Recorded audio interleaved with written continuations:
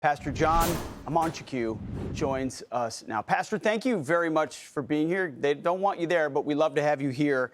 How do they understand how absurd it sounds when they sit there in the dais and say, those are inappropriate words, sir, and you're simply saying those words are in the kids' books?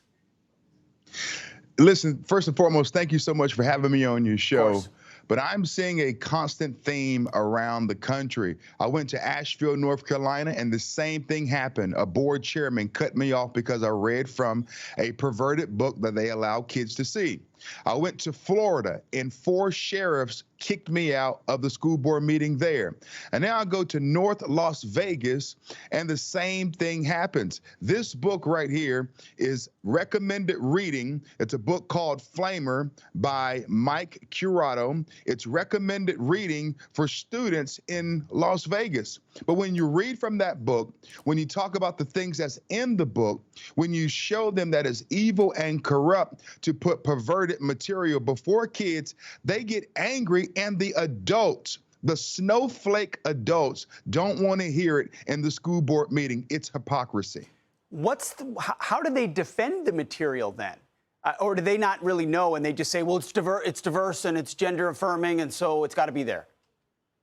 Well, you know, it's an agenda. You know, we're dealing with the battle for the American mind, right? Yeah, you're right. So you know as well as I know that this is an intentional plan where atheist Marxists are pushing an agenda to corrupt the minds of our kids. I call it mental rape. Some people call it indoctrination or grooming, but I like to call it mental rape because it assaults the soul, it stains the brain, and it robs children of their innocence. We need to get all of the homosexual sex and the heterosexual sex out of our curriculum standards and our policies and from our libraries. What are we doing? How is sexual acts going to support American students in becoming, you know, rather trained and developed on ACT scores and or SAT test scores? How is that going to benefit us and help us? It's not, but there is a corrupt plan to dissolve the mind and diminish the minds of our kids in America, and I'm not going to sit back and allow it to be done. No, you're exactly right. It's removing the innocence of our most precious gift right in front of our eyes. By the way, here's a statement from Clark County School District. They said this: the Clark County School District honors individuals' First Amendment rights and the public comment rules outlined in federal and state laws. Those rights, however, do not allow individuals to disrupt the business of the district. Were you disrupting, sir, by reading that? Yes, I was disrupting their narrative to push mental rape upon kids. And you know what I'm noticing as well?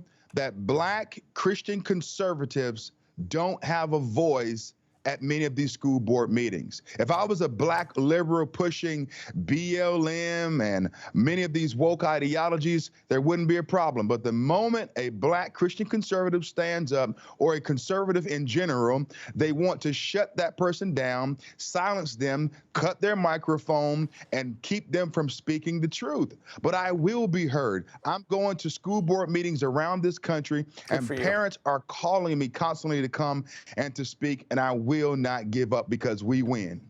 We do. Pastor, thank you for everything that you do and the message you shared with us today. Pastor John Amanchukwu, God bless you. God bless you. Thank you. Thank you. I'm Steve Ducey. I'm Brian Kilmeade. And I'm Ainsley Earhart. And click here to subscribe to the Fox News YouTube page to catch our hottest interviews and most compelling analysis.